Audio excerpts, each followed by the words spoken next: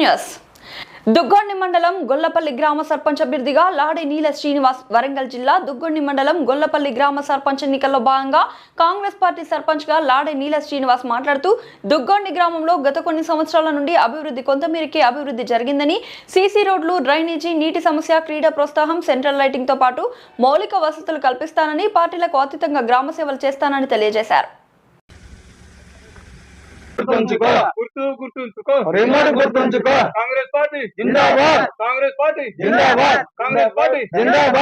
దొంతి మాధవరెడ్డి గారి నాయకత్వం, దొంతి మాధవరెడ్డి గారి నాయకత్వం, దొంతి మాధవరెడ్డి గారి నాయకత్వం. జిందాబాద్ జిందాబాద్. రిమోట్ గుర్తుకే, రిమోట్ గుర్తుకే గొల్లపల్లి గ్రామ పంచాయతీ కాంగ్రెస్ బలపరిచిన అభ్యర్థి రిమోట్ గుర్తుకే, రిమోట్ గుర్తుకే.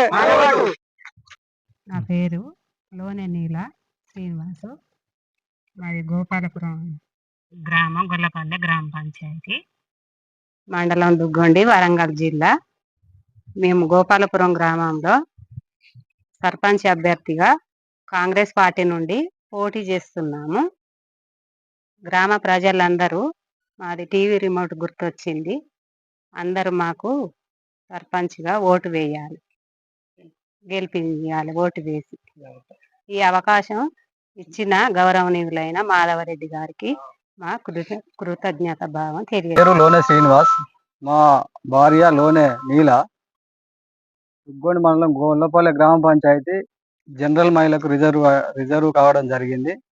ఈ జనరల్ మహిళ నుంచి మేము గత 17 నుంచి 20 సంవత్సరాల వరకు కాంగ్రెస్ పార్టీలో పనిచేసుకుంటూ వస్తున్నాం. దుగ్గొండి మండల కాంగ్రెస్ పార్టీ ఉపాధ్యక్షులుగా పనిచేసిన మొన్నటిదాకా. నేను కాంగ్రెస్ పార్టీకి ఇచ్చిన సేవలకు గుర్తించి ఈరోజు ఈ జనరల్ మహిళా సీట్ల మా వైఫ్ నీలా గారికి ఎమ్మెల్యే గారు కాంగ్రెస్ పార్టీ అభ్యర్థిగా అవకాశం కల్పించారు.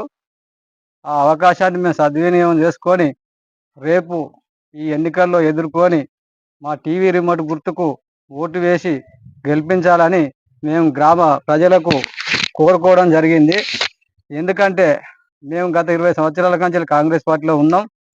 అప్పుడు నర్సంపేట నియోజకవర్గంలో అటు ఎమ్మెల్యే కానీ అటు ముఖ్యమంత్రి కానీ అనే అది లేకుండా ఇప్పుడు ఏంటంటే అటు రేవంత్ రెడ్డి గారి నాయకత్వంలో, ఇటు దొంతి మాధవరెడ్డి గారి నాయకత్వంలో ఇవాళ గోపాలపురం సర్పంచ్గా మేము గెలిచి రేపు మాకు ఉన్నటువంటి విలేజ్లో ఉన్న సమస్యలను మేము ప్రతిదీ మా ఎమ్మెల్యే గారి దృష్టికి తీసుకుపోయి పరిష్కరించడానికి కృషి చేస్తూ ఇందిరమ్మ ఇండ్లు కానీ మొన్న గత 6 నెలల కింద గ్రామంలోని 9 ఇందిరమ్మ ఇండ్లు ఇచ్చినాం, రైతు బీమా ఇచ్చినాం, ఇందిరమ్మ చీరలు ఇచ్చినాం.